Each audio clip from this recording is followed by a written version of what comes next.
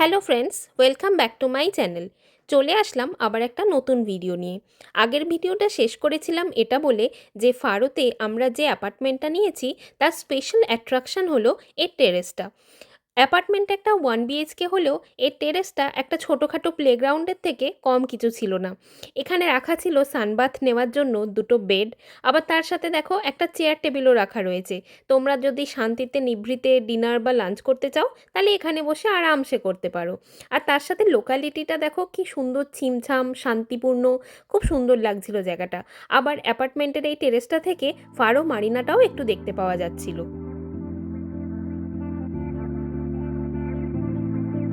এখন আমরা দুজন ব্রেকফাস্ট করে রেডি হচ্ছি আমাদের বোট ট্রিপের জন্য।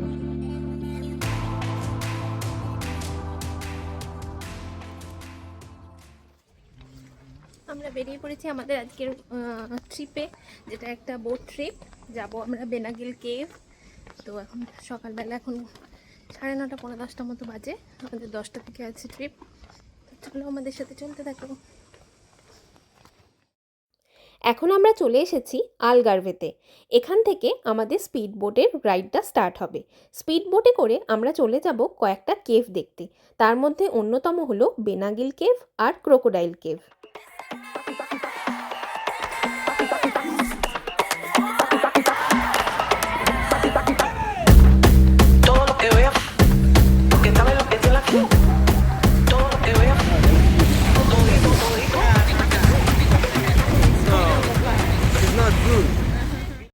আমরা এখন চলে এসেছি বেনাগিল কেভে। কি জায়গাটা খুব চেনা চেনা লাগছে না? সেটাই তো স্বাভাবিক, কারণ তোমরা অনেকেই এটাকে দেখে থাকবে উইন্ডোজের ওয়ালপেপারে। চারপাশে দেখতে পাচ্ছ কত ছোট ছোট নৌকো। এগুলো কিন্তু নৌকো নয়, এগুলোকে বলে কায়াক। যারা খুব ওয়াটার অ্যাক্টিভিটি পছন্দ করে আর অ্যাডভেঞ্চার পছন্দ করে তারা আর স্পিড বোটের ওপর ভরসা রাখে না, তারা নিজেরাই চলে আসে কায়াকে করে এই কেভগুলোকে দেখতে আর এই উত্তাল আটলান্টিক মহাসাগরের এক্সপিরিয়েন্স নিতে। দেখো, দূরে দেখে মনে হচ্ছে না একটা কুমির যেন ঠিক মুখ বার করে শুয়ে রোদ পোয়াচ্ছে? এইটার জন্যই এই জায়গাটার নাম ক্রোকোডাইল কেভ। আমাদের বোট রাইডটা শেষ হয়ে গেছে, তার সাথে আজকের এই ছোট্ট ডে ট্রিপ অলমোস্ট শেষের পথে। এবার আমরা চলে যাব আমাদের লাস্ট ডেস্টিনেশনে, সেটা হচ্ছে একটা চ্যাপেল। আর এই চ্যাপেলটা দেখো চারপাশ থেকে দেখতে যেন একটা পোস্ট কার্ডের মতো লাগছে।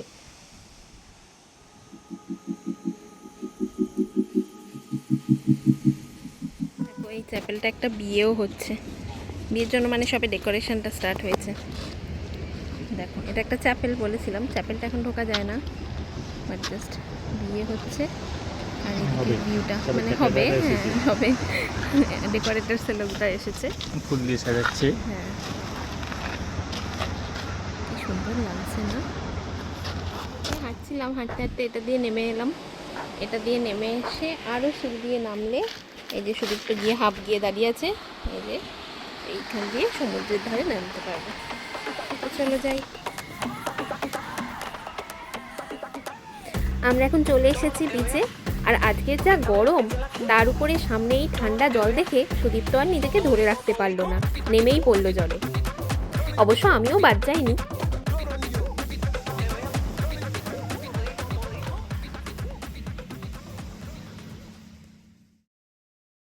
আজকে আমাদের ডে ট্রিপটা শেষ হয়ে গেছে। আমরা এখন চলে এসেছি ফারো ক্যাথিড্রালে। এখন যেহেতু সামার, তাই দিনের সময়টা অনেকটাই বেশি। তাই আমরা ঠিক করলাম এত তাড়াতাড়ি আমাদের অ্যাপার্টমেন্টে না ফিরে গিয়ে আমরা বরঞ্চ ফারোর চারপাশটা একটু ঘুরে দেখি। আর তার সাথে সাথে সিটি ভাইবসটাও একটু এক্সপিরিয়েন্স করা হয়ে যাবে। ফারোতে খুব ফেমাস হলো কবল স্ট্রিট। তো আমরা একটু পরেই সেই কবল স্ট্রিটগুলো দিয়ে হাঁটবো আর তোমাদেরকেও দেখাবো। আর তার সাথে এই ক্যাথিড্রালটা দেখো, যেন অপূর্ব সুন্দর ভেতরটা।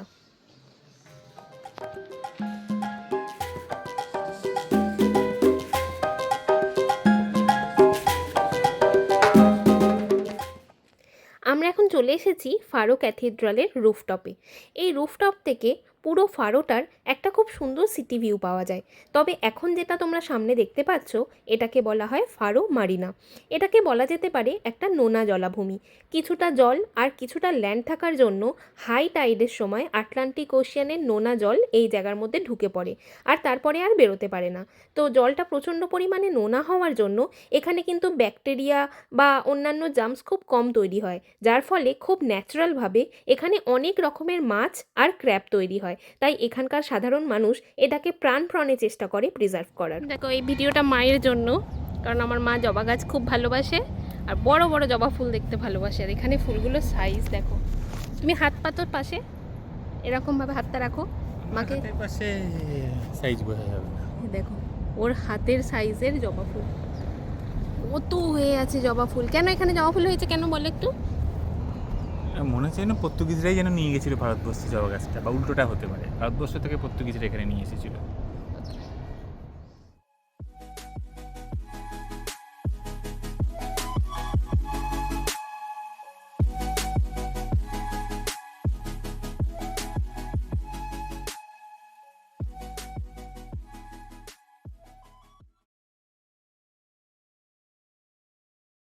দেখতে দেখতে দিনটা শেষ হয়ে গেল আর আমরা দুজনে সাক্ষী হয়ে থাকলাম আমাদের জীবনের সেরা সূর্যাস্ত উপভোগ করার।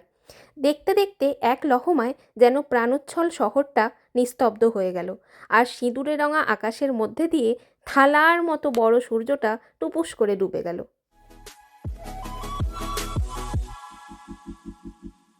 সেই একই সূর্য, সেই একই আকাশ আমাদের দৈনন্দিন জীবনে প্রত্যেক দিন একইভাবে উঠছে আবার একইভাবে ডুবে যাচ্ছে, কিন্তু আমরা যেন আলাদাভাবে টেরই পাই না। কিন্তু দেখো আজকে এত দূর দেশে এসে সেই চেনা পরিচিত জিনিসটাই কীরকম স্পেশাল হয়ে গেল।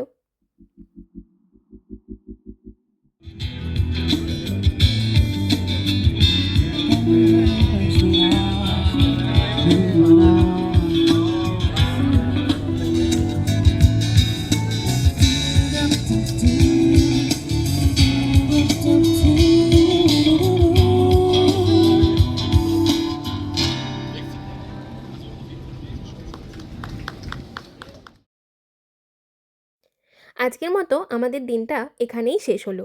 আমরা চলে এসেছি আমাদের ডিনারটা সেরে নিতে। ডিনারে ছিল প্রন আর কিছু মকটেল। আবার দেখা হচ্ছে কালকে।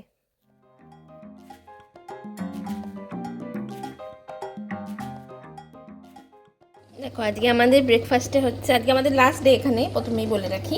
তো আজকে আমাদের ব্রেকফাস্ট এখানে হচ্ছে ওয়াই ওয়াই আর এখানে হচ্ছে ডিম সিদ্ধ। এইটা খেয়ে আমরা বেরোবো। আজকে লাস্ট আমাদের একটা ট্যুর আছে, সেখান থেকে আমরা চলে যাব এয়ারপোর্টে। ওয়াই ওয়াই রেডি। আজকে আমাদের একটা ছোট্ট আর শেষ ডে ট্রিপ আছে, তবে সেটা শুরু করার আগে আমরা চলে এসেছি চ্যাপেল অফ বোনসে।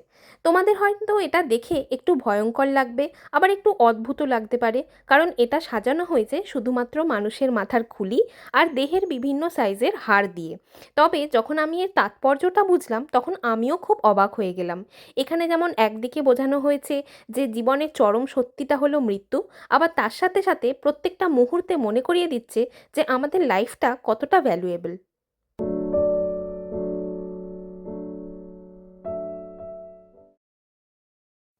আমরা শুরু করে দিয়েছি আমাদের এই ট্যুরের একদম শেষ কিন্তু সবথেকে মেমোরেবল বোট রাইডটায়।